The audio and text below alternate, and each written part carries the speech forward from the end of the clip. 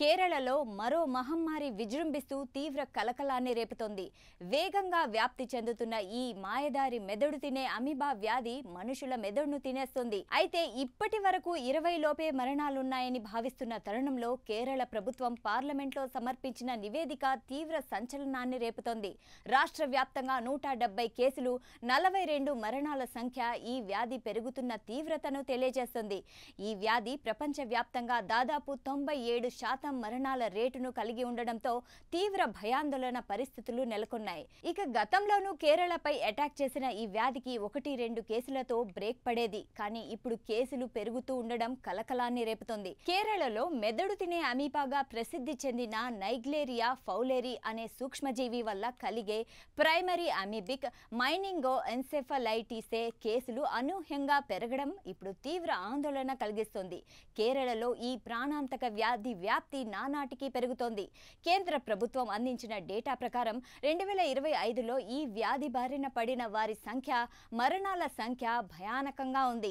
సంవత్సరం నమోదైన కేసులు, మరణాల రేటు గతంతో పోల్చుకుంటే పెరుగుతోంది.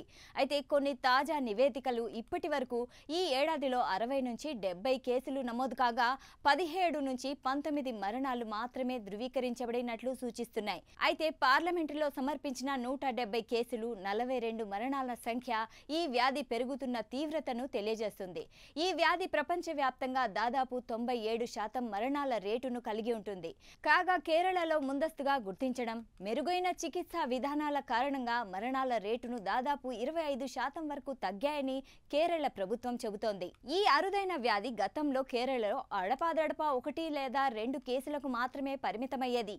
కానీ 2025 నాటికి రాష్ట్ర వ్యాప్తంగా 170 మంది ఈ వ్యాధి బారిన పడి 42 మంది మరణించడంతో వ్యాధి ఎంత వేగంగా స్ప్రెడ్ అవుతుందన్నది స్పష్టం చేస్తోంది. కేరళతో పాటు పశ్చిమ బెంగాల్లో కూడా ఈ కేసులు నమోదు కావడం జాతీయ స్థాయిలో ఆందోళన పెంచుతోంది. అయితే నైగ్లేరియా ఫౌలేరి అనేది ఒక రకమైన ఏకకణ అమీబా. ఇది సహజంగా నదులు, సరస్సులు, చెరువులు, కాలువలు, వేడి నీటి బుగ్గల్లో ఉంటుంది.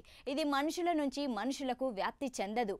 పొల్యూట్ అయిన వెచ్చని నీరు ముక్కు ద్వారా శరీరంలోకి ప్రవేశించినప్పుడు మాత్రమే ఇది సంక్రమిస్తుంది.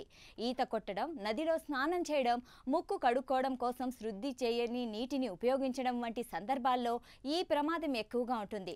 ముక్కు ద్వారా ప్రవేశించిన అమీబా గ్రాణనాడి గుండా ప్రవేశించి నేరుగా మెదడుకు చేరుకుంటుంది. మెదడుకు చేరిన అమీబా అక్కడి కణజాలాన్ని వేగంగా నాశనం చేయడం ప్రారంభిస్తుంది. దీనివల్ల మెదడులో వాపు ఏర్పడి తీవ్ర అనారోగ్యానికి దారితీస్తుంది. ఇది అత్యంత ప్రమాదకరమైన వ్యాధి. ఇది నిజంగానే మెదడును తినదు, మెదడు కణజాలాన్ని నాశనం చేస్తుందని వైద్య నిపుణులు చెబుతున్నారు. ఇక పెరుగుతున్న కేసుల తీవ్రతను దృష్టిలో ఉంచుకొని కేంద్ర ఆరోగ్య మంత్రిత్వ శాఖ మరియు కేరళ ప్రభుత్వం వెంటనే చర్యలు ప్రారంభించాయి. National centre for disease control, Indian council of medical research ఈ వ్యాధిపై సమగ్ర అధ్యయనాలు, నిఘా కార్యక్రమాలను ముమ్మరం చేశాయి. దీనికోసం దేశవ్యాప్తంగా 18 viral research and diagnostic laboratories కూడా ఈ వ్యాధి పరీక్షలు, నిఘా కోసం పనిచేస్తున్నాయి. అయితే ఈ వ్యాధి చికిత్స చాలా సంక్లిష్టమైందని, అందుకే మరణాల రేటు ఎక్కువగా ఉంది.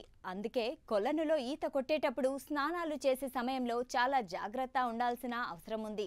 అయితే కేరళకు ఇతర రాష్ట్రాల నుంచి అయ్యప్ప స్వామి భక్తులు పోటెత్తుతున్న క్రమంలో ఈ మెదడు తినే అమీబా వ్యాధి వ్యాప్తి చెందడం తీవ్ర కలకలాన్ని కలిగిస్తోంది. అయ్యప్ప దీక్షాదారులు నదులు, సరస్సులు, కొలనుల్లో స్నానం చేసేటప్పుడు తప్పనిసరిగా ముక్కులో నుంచి నీళ్లు లోపలికి వెళ్లకుండా క్లిప్ను పెట్టుకోవాలని నిపుణులు సూచిస్తున్నారు.